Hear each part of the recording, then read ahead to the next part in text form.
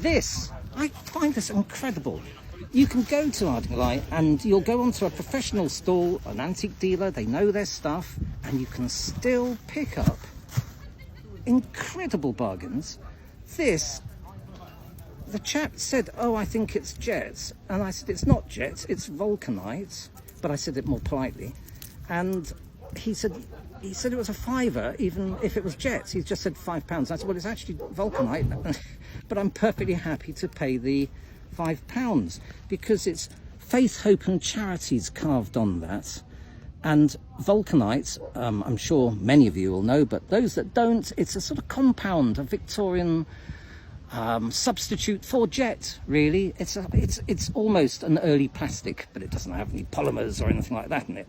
But what I like about this one is the hinge is still intactus, and you open this up, and if you can, and it's got its morning hair inside. Now it's all a bit gammy and horrible because it needs to just be cleaned up. It's been in someone's drawer for a long time, but there's a lock of hair there from someone long deceased, and probably deceased at the time. I don't know, or it could have just been a lover's lock of hair that they popped in there.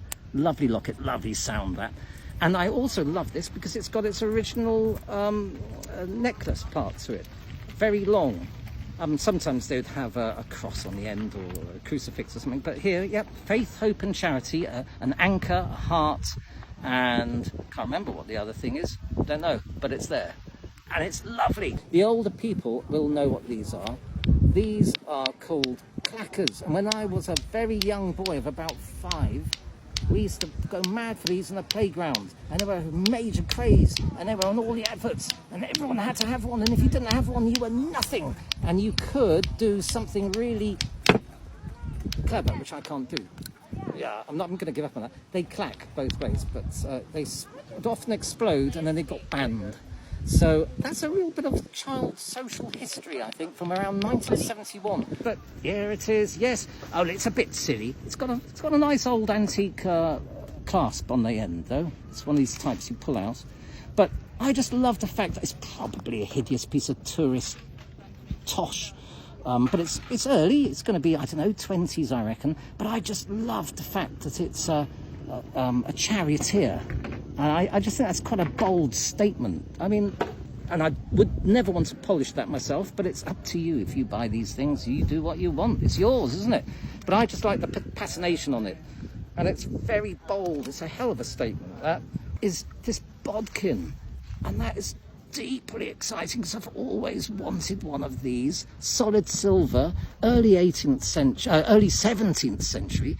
So I would imagine it could be late 1600s, but the reason I think it's early is because of the geometric patterns it has on it.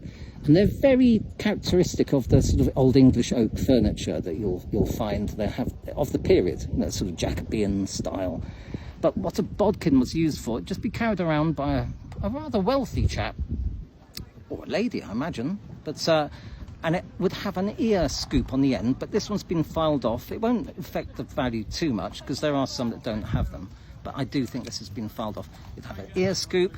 The hole there's to put a twine through of sorts so you can repair, I don't know, your clothing. And this slit here is for a ribbon, and apparently they used to wax their ribbons. Now, the slightly perverse reason I've always wanted one of these is because I love folklore and witchcraft, the folklore side. I'm not into turning people into frogs or anything. But Matthew Hopkins, Witchfinder General, he used to poke the poor witches with a bodkin. And this is almost like part of their toolkit. A bodkin to poke a poor witch's birthmark or something, see if they bleed. It's very spooky, but one just wonders, what has that been used for? Probably repairing socks. This is a sword. I'm a big boy and I just love my swords. I've got lots of swords. And I paid £55 for this beauty. I mean, it's battered, but I mean, this would have seen some action.